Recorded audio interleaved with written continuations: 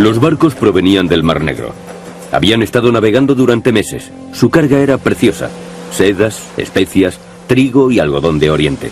Los marineros regresaban a casa.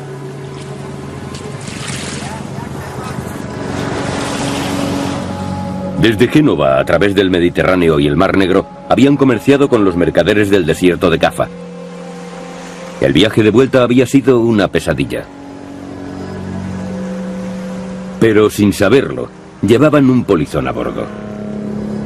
Los marineros llevaron consigo una enfermedad que infectaba a todos los que hablaban con ellos, causándoles la muerte. El monje Michele da Piazza observó el comienzo de la catástrofe que iba a estremecer a Europa y lo escribió todo. Solamente sobrevivieron 10 marineros del millar que partió, y al hablar esparcieron el veneno. Los cadáveres permanecían sin tocar en las casas. Nadie osaba acercarse a ellos. Las gentes huían de las ciudades y acampaban en los viñedos. El gran misterio.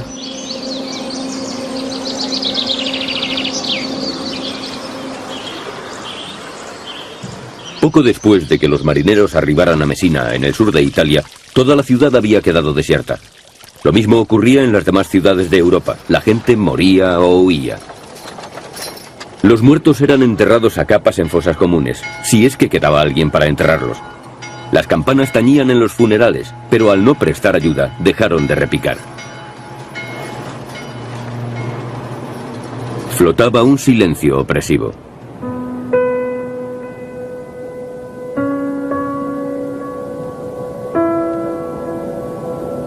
Transcurría el año 1347 y la enfermedad fue llamada la plaga. Era la peste negra. Esta enfermedad provenía del mar y se extendió por las ciudades comerciales de Venecia, Génova y Florencia. La primera plaga en lugares como Florencia puede que matara a 3/4 partes de la población, como mínimo la mitad. Sabemos que en otras localidades como Cambridge se llevó al 78% de la población. Esto ocurrió en 1348 o 1349. Y a continuación, la plaga se extendió todavía más al norte. Si suponemos que Europa tenía 80 millones de habitantes, entonces pudieron morir 25, 30 o quizás 40 millones. Esta es una estimación que se hizo entonces. En medio de la muerte negra, el Papa Clemente pidió que se calculase cuántos habían perecido. Se estimó que fueron unos 42 millones de personas. Puede que tuvieran razón. La plaga azotó a nuestros antepasados durante 400 años, pero en 1743, después de un último ataque a Europa, en el mismo lugar donde había surgido, en la costa próxima a Medina, desapareció. Para entonces, había cambiado la faz de Europa para siempre. Controló la población de Europa, que era más o menos el mundo civilizado occidental. La controló con mano de hierro.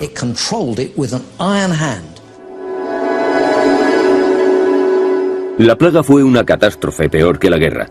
Ninguna de ellas había ocasionado tantas víctimas y dejado tan pocos supervivientes. La plaga sacudió la sociedad hasta la médula.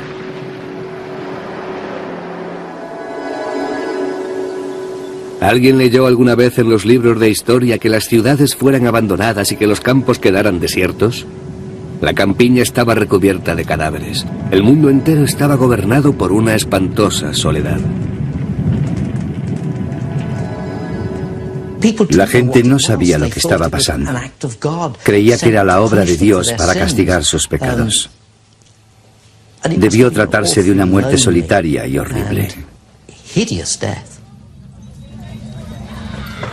La plaga no fue solamente una catástrofe para la sociedad, también fue algo horrible para los que murieron. Algunos de ellos no tenían ni dónde morir. Caían entre otros cadáveres en la calle. Fue una enfermedad realmente terrible, la más espantosa de las muertes. Acababan con los órganos internos licuados. Fue algo tan espantoso que la gente debió volverse loca por temor a la plaga. La peste negra sobrepasó cualquier catástrofe conocida. Durante los 400 años que azotó al continente, la enfermedad fue un misterio. Durante esos 400 años, los europeos exigieron una explicación. Debió afectar el pensamiento de las gentes. Debió forzarles a hacerse preguntas, a enojarse. ¿Qué está ocurriendo? ¿Qué pecado hemos cometido?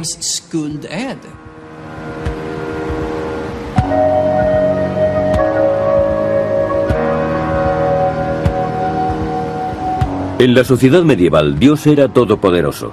Y en Aviñón, durante las primeras oleadas de la peste, el Papa era el vicario de Dios. Y el Papa no tenía dudas de que era la voluntad de Dios. La humanidad debía ser castigada por sus pecados.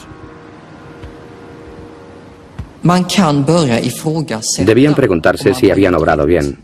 Muchas veces creían que habían pecado contra Dios. El Papa creó una oración especial para combatir la plaga.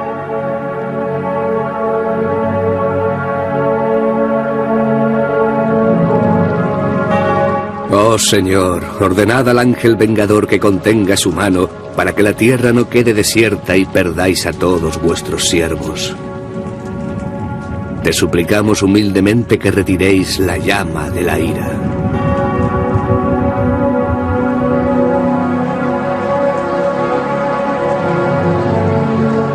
El Papa ordenó una serie de procesiones para suplicar a Dios. Los testigos manifiestan que miles de hombres y de mujeres participaron en ellas. Por todas partes, los duques y los caballeros ordenaron a las gentes que salieran en las procesiones. De esta forma, se declaró una especie de guerra santa contra la peste.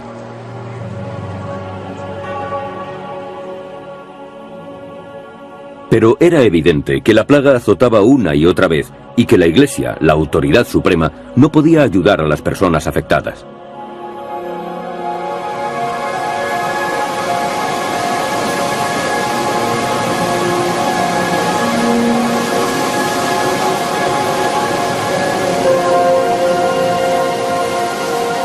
El poeta Petrarca, que vivía a las afueras de Aviñón, se quejó así ante Dios.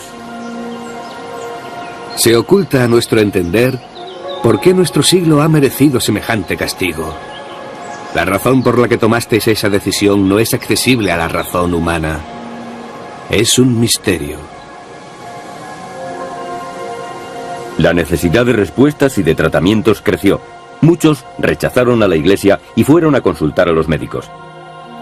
Los mejores estaban en las grandes universidades europeas: París, Montpellier y Padua.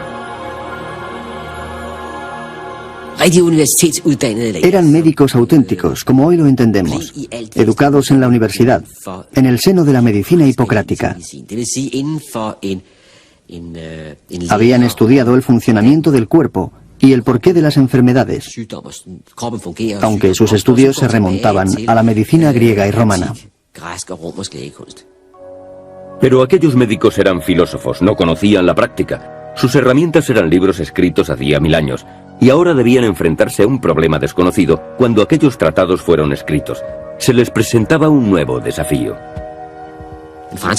El rey de Francia consultó a los mejores expertos del momento de la Universidad de París.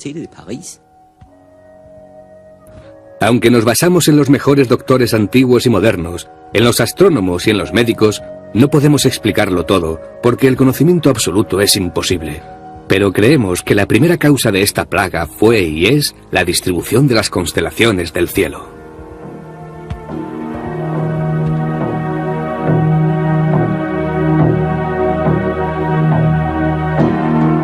Los doctores estudiaron los movimientos de los planetas. Cada uno de ellos tenía sus atributos. Y estos atributos podían acarrear consecuencias catastróficas para la humanidad. Los médicos de París dijeron que todo había ido mal 3 años antes de la plaga. Pasada una hora desde el mediodía del 20 de marzo de 1345, se dio una gran convergencia de 3 planetas en Acuario. Los 3 planetas en conjunción fueron Saturno, Marte y Júpiter.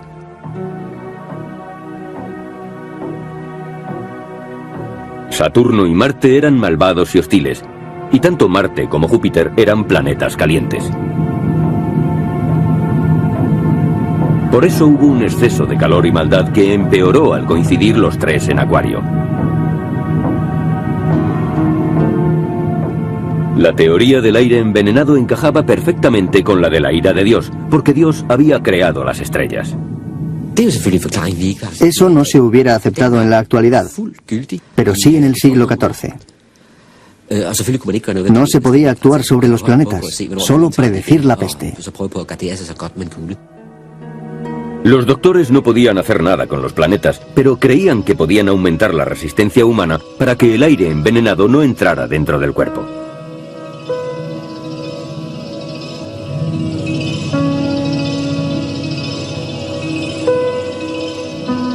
El hombre estaba constituido por 4 fluidos corporales o humores: la bilis negra y la amarilla, la sangre y la flema. Tanto por exceso como por escasez de uno de ellos, la salud sufriría un desequilibrio. El mejor consejo de los médicos era armonizar los humores. Como la plaga causaba una gran fiebre, se le echaba la culpa a la sangre y se debía recurrir a las sangrías.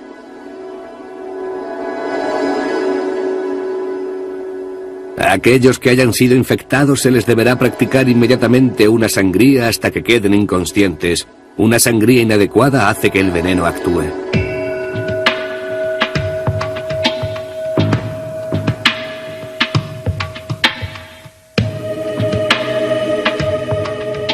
El obispo Knut de Dinamarca fue uno de los doctores de la plaga en sus primeros momentos.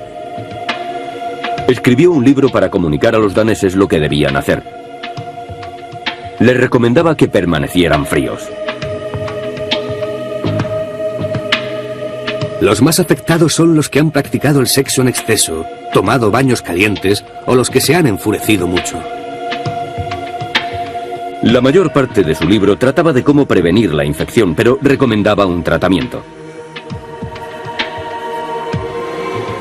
Para quemar los bultos, frotad con hojas viejas y mostaza molida.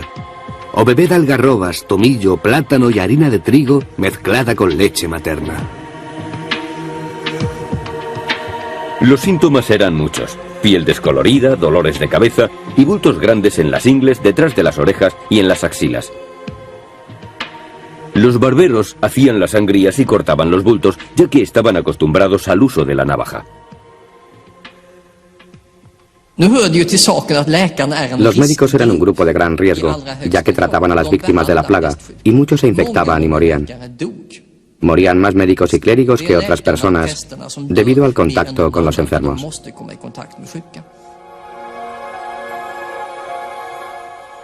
No importaba lo que los médicos recomendaran, la gente seguía muriendo. Boccaccio dijo acerca de las habilidades médicas o de la falta de ellas durante la primera plaga: puede que la naturaleza de la enfermedad sea incurable, o quizás los médicos que la tratan no conozcan su causa y prescriban un remedio no aconsejable.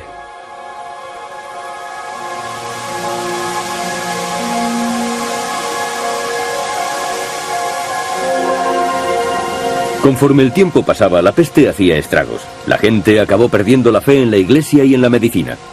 Se necesitaba a alguien que pensara de forma diferente en términos prácticos. Alguien que no filosofara. Gente que pudiera preparar a las ciudades contra el colapso antes de que la mitad de la población muriera y la otra mitad estuviera aterrorizada.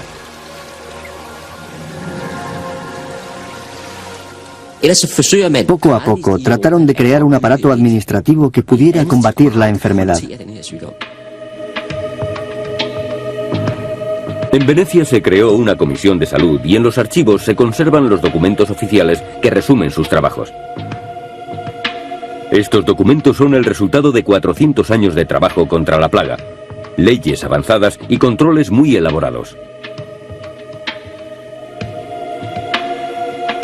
Las decisiones de la Comisión de Salud demuestran que muy pronto, sin saber por qué, se averiguó que los cadáveres extendían la plaga muy rápidamente.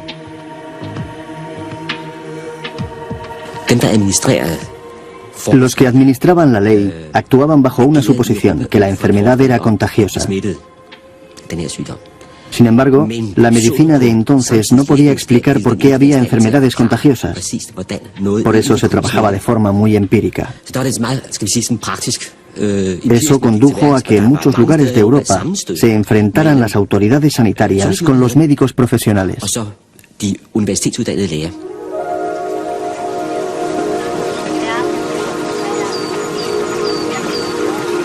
La Comisión de Salud de Venecia creó 3 comunidades para los infectados. Eran alojados en islas deshabitadas en la Albufera, a las afueras de Venecia. La primera comunidad era para los muertos. Los hombres remaban por la ciudad llevando los cadáveres desde las casas abandonadas hasta islas fuera de la ciudad. Se cavaron fosas muy profundas para arrojar los cuerpos en ellas.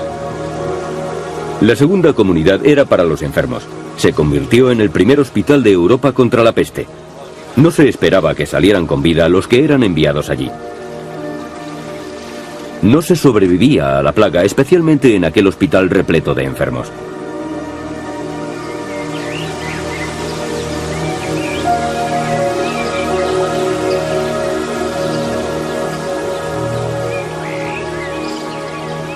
La Comisión de Salud de Venecia fue pionera en la lucha contra la plaga y además inventó la cuarentena.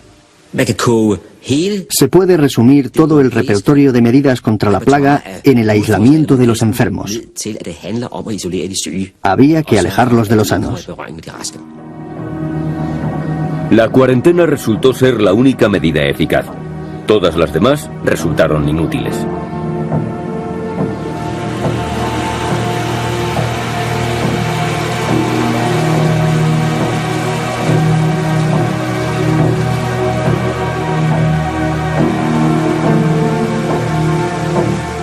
El Lazareto Nuovo se convirtió en la primera institución de cuarentena de Europa. El Comité de Salud había comprobado que la peste llegaba en los barcos mercantes. Los marineros extranjeros eran confinados y vigilados aquí por guardias armados. Si tan solo un tripulante caía enfermo, toda la tripulación era mandada al hospital de la plaga.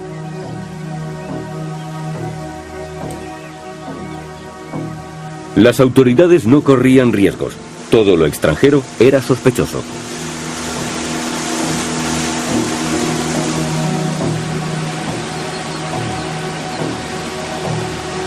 Las autoridades parecían acertar aislando a los enfermos y a los sospechosos, evitando que pudieran propagar la enfermedad. Pero la gente tomaba sus propias medidas. Tenían ideas secretas acerca de lo que había que hacer con la enfermedad.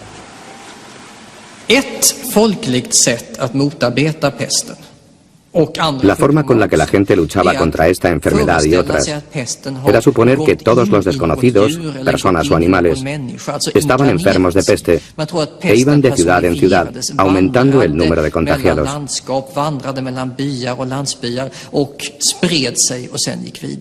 Tenemos diferentes informaciones de que esto ocurría en el norte de Europa. Hay muchas historias de esta clase en Suecia, Dinamarca y Finlandia.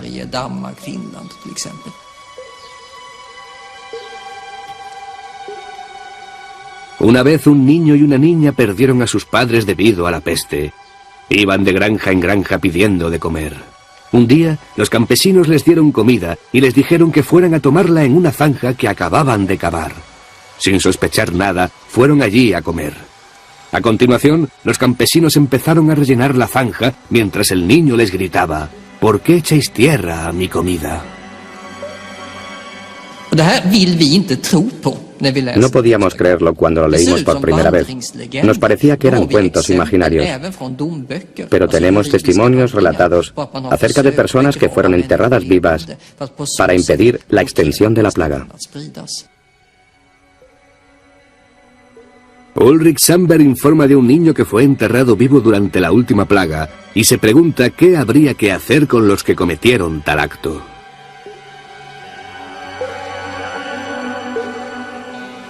La historia nos parece hoy increíble, pero no entonces, cuando los enterramientos en vida eran la pena de muerte. 1 de junio de 1499. Se juzgaba a una sirvienta, Gunilda. Había admitido que había robado a un campesino y no negó que también había quemado su granja.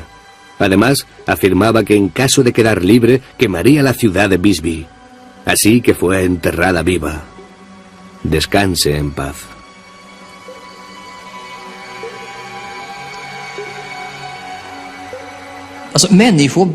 La gente se volvía loca ante catástrofes como esta.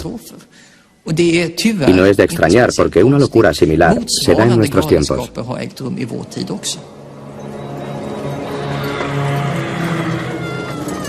La locura continuó durante los 400 años que duró la peste negra. Sin embargo, mejoraron las condiciones gracias a la cuarentena. Pero nadie supo a qué se debía la plaga o de dónde procedía. Al final, acabó extinguiéndose.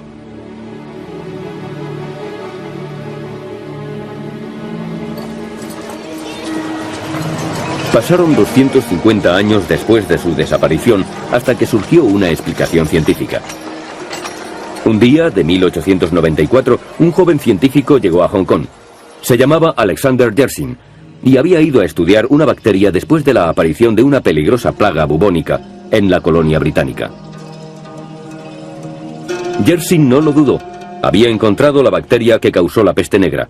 Escribió de manera entusiasta a su madre y su descubrimiento fue publicado en una revista científica. La peste bubónica actual presenta los mismos síntomas que la peste que redujo drásticamente la población de la Europa occidental. Unos pocos años más tarde, Yersin pareció identificar también el vehículo propagador de la enfermedad: las ratas negras. La ciencia había descubierto que las pulgas que llevaban en la piel eran portadoras de la bacteria. Las ratas viven cerca de las personas y cuando mueren, sus pulgas se vuelven hambrientas. No pueden sobrevivir comiendo organismos muertos y buscan otros vivos para alimentarse. Si alguien pasa por allí, la enfermedad se extiende. El descubrimiento de la causa tuvo graves consecuencias. La creencia de que era la misma enfermedad que había causado la peste europea originó que se invirtieran sumas enormes en la investigación de la peste bubónica, una enfermedad solamente conocida en países ajenos a Europa como India y China.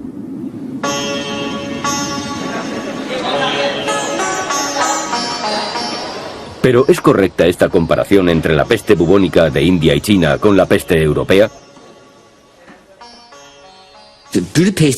La peste bubónica no es peligrosa en la India si es que se tiene la mala suerte de contraerla. Pero la enfermedad europea fue enormemente contagiosa.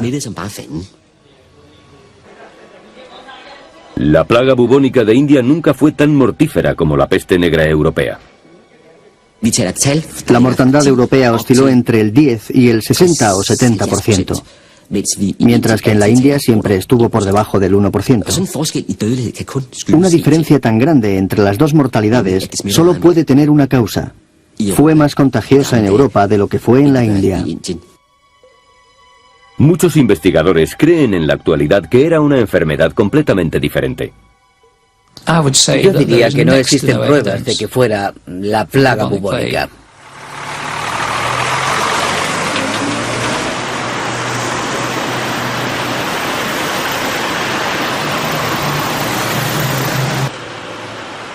Graham Twigg es biólogo y zoólogo, anterior profesor de una universidad londinense. Está retirado en la actualidad, aunque sigue visitando su antiguo centro de trabajo.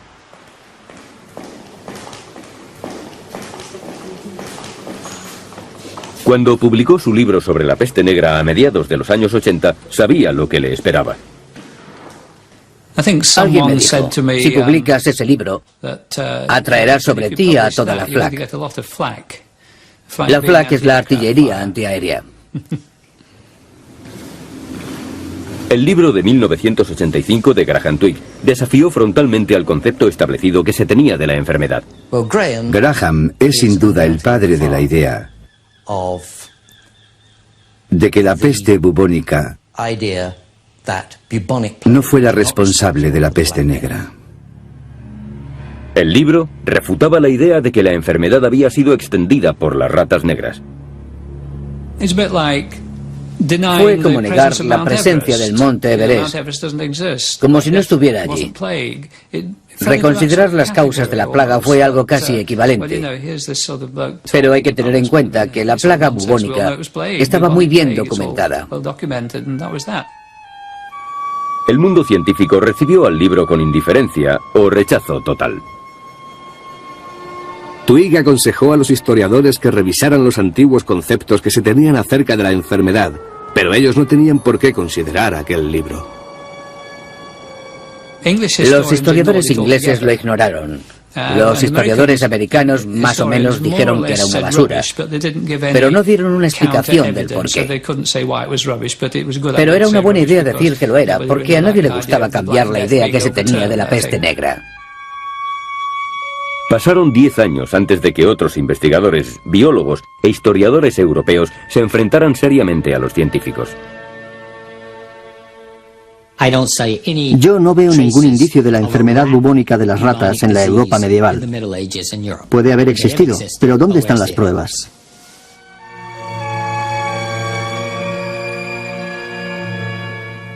Samuel Cohn ha leído más de 40.000 documentos de archivos europeos, estadísticas, crónicas, testamentos, diarios y otros escritos medievales. No ha podido encontrar enfermedades transmitidas por las ratas. Por eso propone una teoría de por qué se mantuvo aquella idea.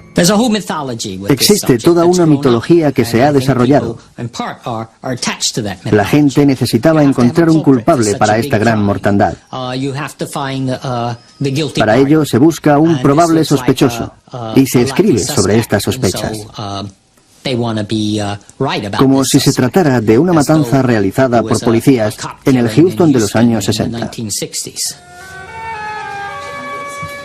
Ni Cohn ni otros investigadores que han estudiado recientemente los archivos europeos tienen la menor duda de que la antigua teoría de que las ratas fueron las portadoras de la enfermedad es completamente errónea. Cuando esto se cuestionó por primera vez hace 54 años, se comprobó que se había puesto el dedo sobre un punto débil y que era incomprensible que durante 100 años se hubiera aceptado un diagnóstico que evidentemente estaba equivocado.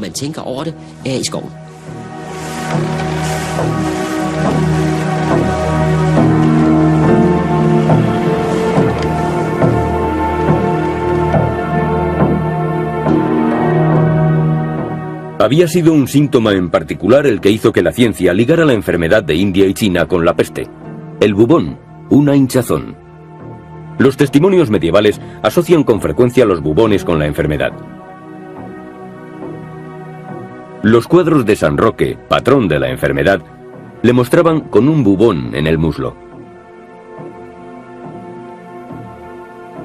Parecían los bubones de la moderna peste bubónica. Por eso parece lógico que la medicina moderna considerara que la enfermedad era la misma. Estos abultamientos figuran en los trabajos realizados por los estudiosos, médicos e historiadores que han definido la peste bubónica a lo largo de la historia. Los historiadores se apoyan en un argumento muy raro, que es la sintomatología, y en particular el signo de la plaga, el bubón. Pero Samuel Cohn señala que estos síntomas están muy lejos de ser certeros. A lo largo de todo el siglo XVII encontramos descripciones y descripciones, desde Boccaccio hasta Michele da Piazza, pasando por cronistas como Giovanni Moraldi, que dicen que no solamente aparece un bubón, sino que se extiende por todo el cuerpo y que la forma más mortífera de la peste son las pústulas que aparecen por todas partes, cubriendo el cuerpo. Los mortíferos bubones comienzan a extenderse y pronto cubren todo el cuerpo. A continuación, la enfermedad cambia. Aparecen manchas negras y azules en los brazos, en los muslos y en otras partes. Uno de los síntomas por el cual los antiguos médicos identificaban la enfermedad era la aparición de accesos hemorrágicos en el pecho.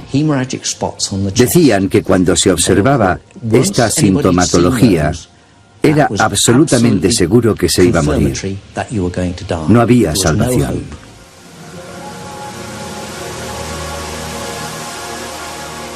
La plaga bubónica en India y China a finales del siglo XIX ha sido una de las mejores estudiadas por la medicina. Por eso estamos seguros de que las diferencias con los síntomas de la enfermedad medieval son muy claros.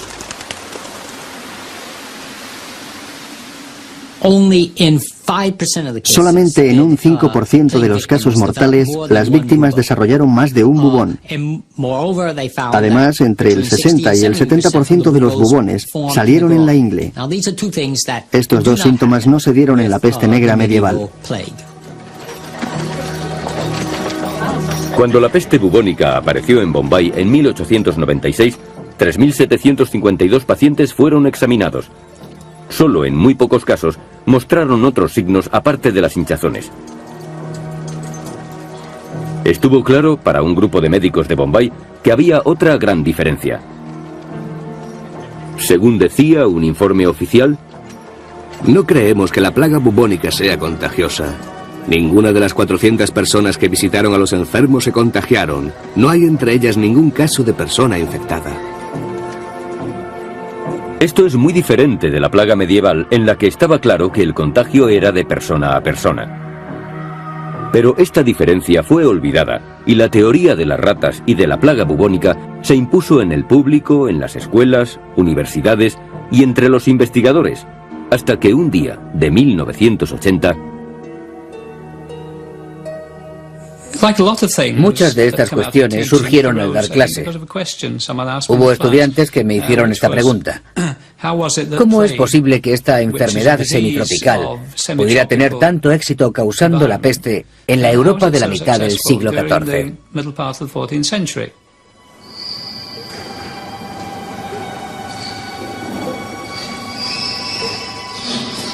La respuesta que Graham Twigg le dio a este estudiante fue muy inquietante. Había algo que no casaba.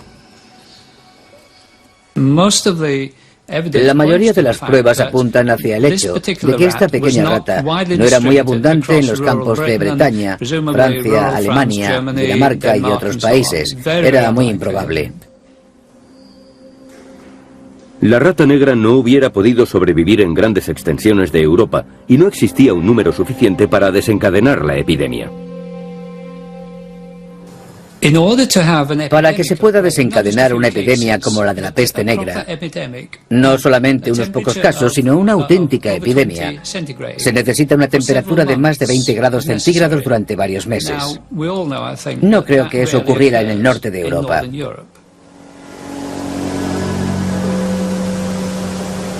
El clima no favorecía ni a la rata negra ni a las pulgas. La ciencia había pasado por alto otro detalle más. Ocurrió en el periodo más frío, en el momento más frío del último millar de años. Cuando la plaga se estableció, Europa estaba en medio de la llamada pequeña edad del hielo. Los ríos estaban helados. El clima hacía que fuera imposible que las ratas negras sobrevivieran. En el norte de Europa encontramos una plaga que tuvo lugar a lo largo de todo el año en áreas donde hubiera sido imposible que la peste bubónica infectara a las pulgas de las ratas y mucho menos que diera lugar a una epidemia.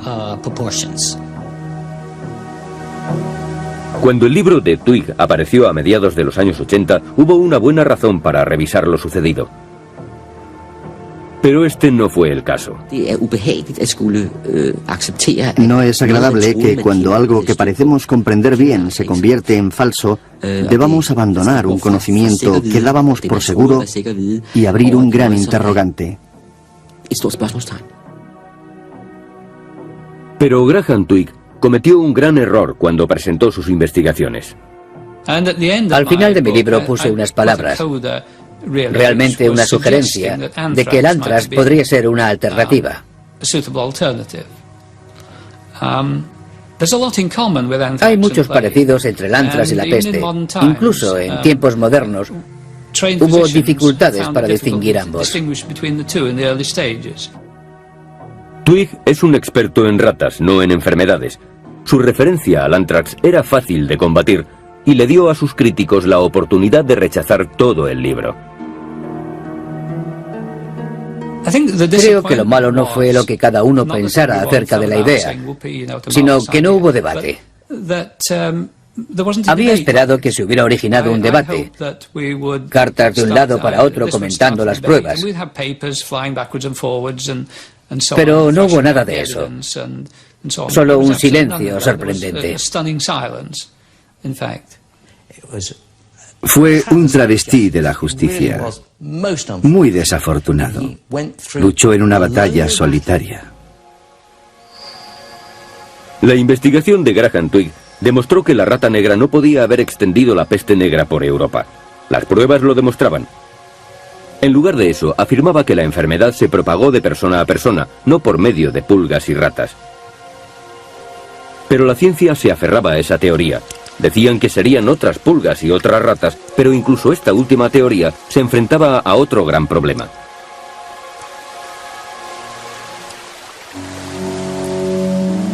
La velocidad de propagación de la plaga.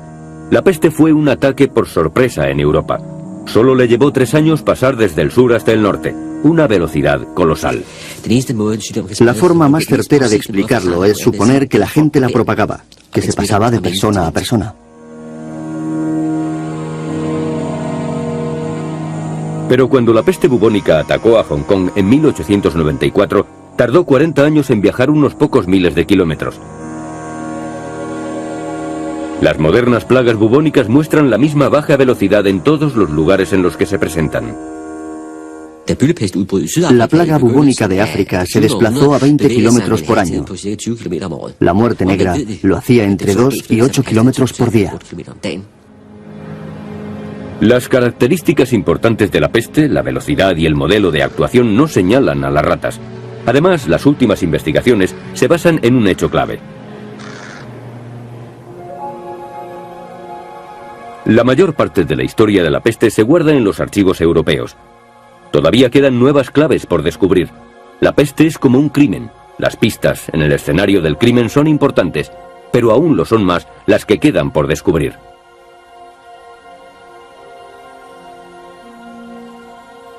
Veamos pues cómo se propaga una plaga moderna. Se extiende por medio de bacterias que viven de los roedores salvajes. Y aunque todavía no sabemos cómo, llegan hasta las ratas. Las ratas mueren y la enfermedad se extiende por sus pulgas. Las ratas viven cerca de las personas y cuando mueren sus pulgas se vuelven hambrientas. No pueden sobrevivir comiendo organismos muertos y buscan otros vivos para alimentarse.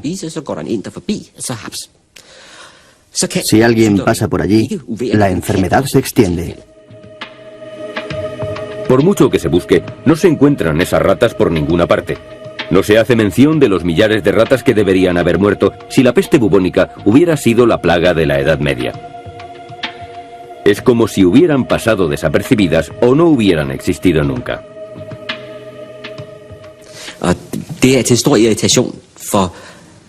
El argumento principal que irrita tanto a los historiadores que defienden la teoría de la plaga bubónica es que no hay relatos de ratas muertas.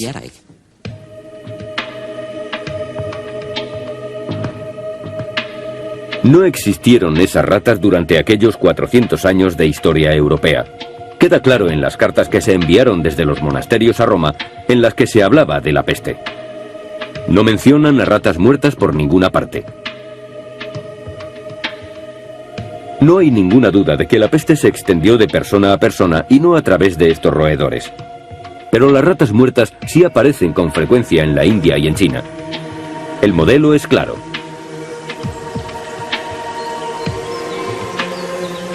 Antes de que la enfermedad ataque a las personas, aparecen ratas muertas a centenares de millares.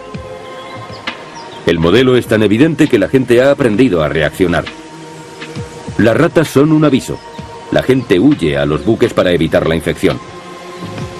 Podríamos preguntarnos si la peste bubónica se podría extender sin la ayuda de muchas ratas. Es fundamental para la epidemia bubónica que la epidemia de las ratas y su posterior muerte preceda a la humana. Los defensores de la teoría de las ratas dicen que en la actualidad la plaga neumónica existe también. Es una plaga que se extiende de persona a persona, pero que solamente se desarrolla después de una plaga bubónica y por consecuencia después de la muerte de las ratas. Si una persona que sufre la peste bubónica desarrolla una plaga por medio de una infección pulmonar, entonces el contagio se producirá mediante líquidos. Por lo tanto, será extremadamente mortal y muy infecciosa. Pero aunque es una de las enfermedades más infecciosas que se conocen, es muy breve, porque se muere 48 horas después de haberla contraído. Una extraña plaga de neumonía azotó a Manchuria en 1921. Pero aquí la mortalidad fue pequeña también. La plaga no llegó muy lejos. Los investigadores han descubierto nuevas formas de resolver el rompecabezas de la plaga. Han examinado el ADN de los dientes de las víctimas sepultadas.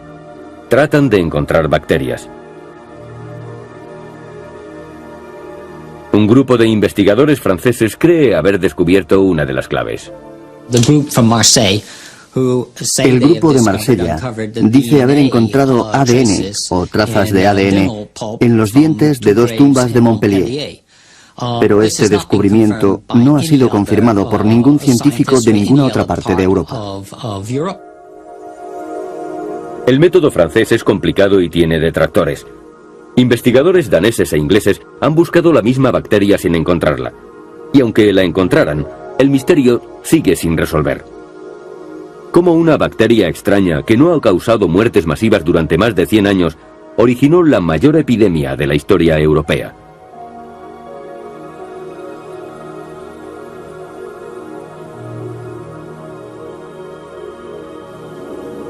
El biólogo Graham Twigg fue uno de los primeros en encontrar la respuesta. Era sencilla y lógica. No fue una bacteria lo que mató a tanta gente. Y ahora, 50 años más tarde, otros biólogos han llegado a la misma conclusión. Hace unos 10 años, Susan Scott estaba realizando unos estudios demográficos en Penrith, una pequeña ciudad del noroeste de Inglaterra. En 1597-1598, los habitantes sufrieron una plaga que está muy bien documentada. Es obvio que para mí, como zoólogo, no era una plaga bubónica, algo que todos creyeron en su momento. Es obvio, a todas luces, que la biología y los detalles de la plaga no encajaban con los de una plaga bubónica. Christopher Duncan hizo el descubrimiento cuando, con su colega Susan Scott, estudiaron los registros de iglesias de una serie de parroquias inglesas azotadas por la plaga. Cuando se estudia esas maravillosas fuentes, se puede seguir muy bien la epidemia, en particular su primera parte. Se puede observar la primera persona que muere en la comunidad y a continuación a la siguiente. Cuando se observa esta cadena de gente en conjunto, se puede ver cómo la infección pasó de la primera persona infectada a la primera familia, después a la siguiente familia y así sucesivamente. Con tiempo surge un modelo de comportamiento y ese modelo indica el paso de un largo periodo desde la infección hasta la muerte. Transcurren 37 días. Una vez observado este ciclo, se observa el mismo en todas las personas objeto del estudio. Fue una enfermedad infecciosa pasada de persona a persona, sin nada que ver con ratas ni pulgas. Fue solamente eso, una enfermedad infecciosa. Esta revisión sistemática de los registros ingleses de iglesia condujo a una nueva y decisiva teoría acerca de la naturaleza de la enfermedad. Pudimos determinar que el periodo de incubación era un tiempo largo, más de 35 días. Después de trabajar con los datos, llegamos a la conclusión de que era un periodo de 37 días, desde la infección hasta la muerte. Susan Scott y Christopher Duncan explicaron a continuación cómo la plaga se pudo extender tan rápidamente. El largo periodo de incubación entre la infección y la manifestación de la enfermedad fue decisivo. Esta enfermedad es una enfermedad única. Su periodo de 37 días se compone de unos 10 o 12 días de latencia. Durante ellos, la persona desarrolla la enfermedad y no infecta todavía.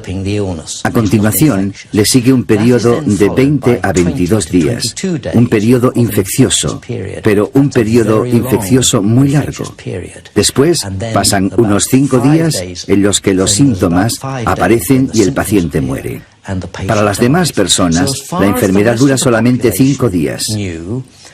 pero la persona ya estaba infectada unas 3 semanas antes. En los días en que el transporte era muy primitivo, para que la enfermedad se extendiera a una cierta distancia, se necesitaba un tiempo largo para que llegara hasta el pueblo o ciudad siguientes. Esta fue el arma secreta de las plagas, el largo periodo de tiempo transcurrido entre la infección y la aparición de los síntomas. Entre tanto, había mucho tiempo para que la gente contagiara a otros y se moviera por su entorno y llevara la infección más lejos.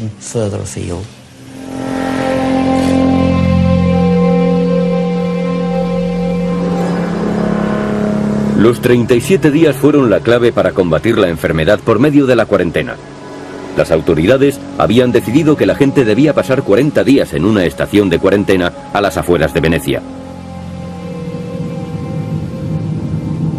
La palabra cuarentena proviene de 40 en italiano. Parece obvio, pues, que las autoridades medievales descubrieron muy pronto el modelo de actuación de la enfermedad y basaron en él sus medidas. Lo descubrirían por prueba y error. Debieron descubrir que si nadie mostraba los síntomas durante 40 días, desde que la última persona había muerto, estaban seguros.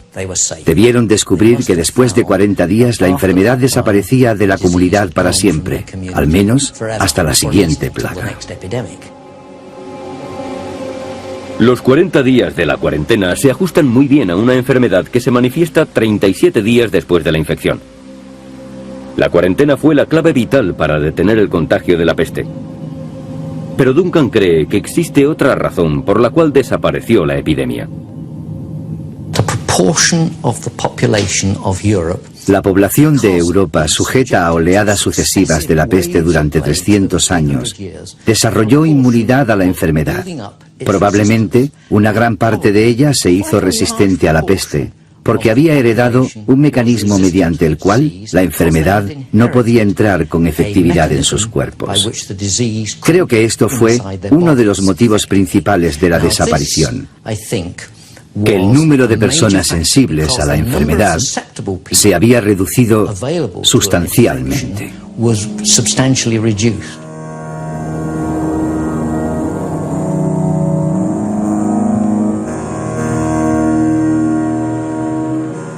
Las fuentes documentales de aquella época nos hablan también de que existían indicios de que la resistencia era creciente entre la población. Después de 40 años de peste, el médico del Papa, Raimundo Cialmelli de Vivario, escribió: En 1348, 2/3 partes de la población estaban infectadas y casi todos murieron. En 1361, la mitad estaba infectada y pocos sobrevivieron. En 1371, la 10ª parte contrajo la enfermedad y muchos sobrevivieron. En 1382, solamente unos pocos enfermaron y la mayoría sobrevivió.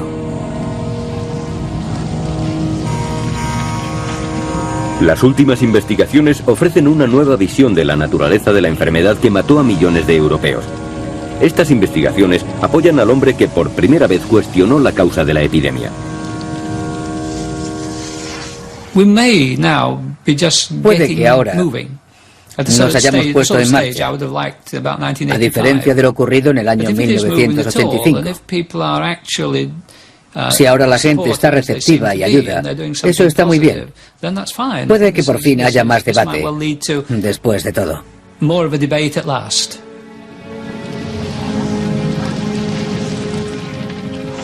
Si los investigadores, 350 años después de la desaparición de la enfermedad, siguen tratando de resolver el misterio, se debe en parte a que la catástrofe cambió a Europa para siempre. Fue el mayor factor demográfico durante más de 300 años. Controló la población de Europa, que era más o menos el mundo civilizado occidental con mano de hierro. Tan pronto como la población iniciaba una recuperación, había gente suficiente para otra epidemia. De esa manera, Europa solamente pudo crecer muy lentamente.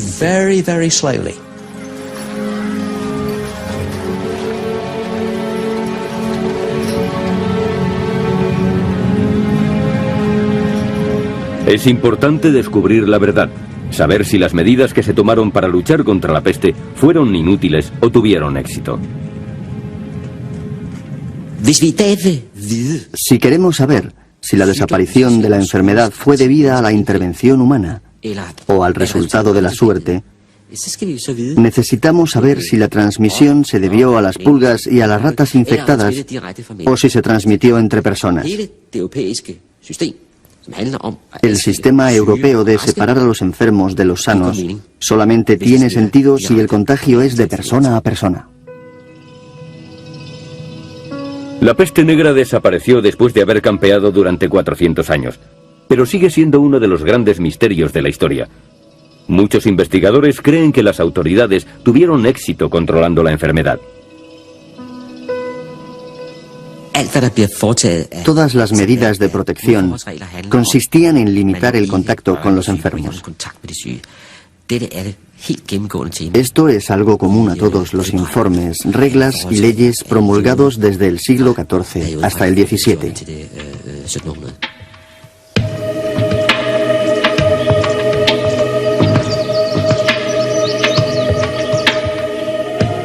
Este muro, situado en el sur de Francia, podría ser una buena indicación de que la enfermedad se propagaba entre personas y de que se trasladaba con los movimientos de las gentes.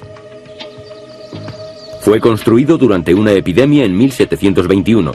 Los que lo construyeron comprobaron que sus esfuerzos rendían frutos. Al final, la plaga no se extendió más allá del norte de Provenza. Creo que es importante confirmar que fue una idea dirigida a este fin, porque se trataría de la intervención del Estado en favor de la salud de las gentes. Por eso hemos acuñado la expresión salud pública, por la cual debemos obedecer reglas comunes que limitan nuestro comportamiento. La peste negra cambió Europa al obligarla a luchar contra ella e impedir el desastre.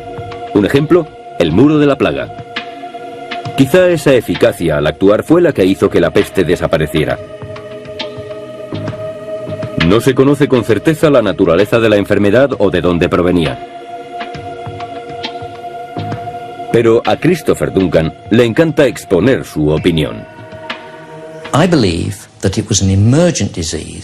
Yo creo que fue una enfermedad emergente que se originó entre los mamíferos africanos y que después pasó a los seres humanos y se convirtió directamente en una enfermedad contagiosa. La mayoría de las terribles enfermedades, como el ébola, gripe, etc., se originaron de esta manera. Las llamamos zoonosis. Creo que se originó así, probablemente en el Valle del Rift, cerca de Etiopía. Luego viajó por el Nilo y se transmitió al principio en barco, a través del Mediterráneo, como la muerte negra, desde el Levante, Alejandría, Egipto, hasta Mesina, para extenderse por toda Europa.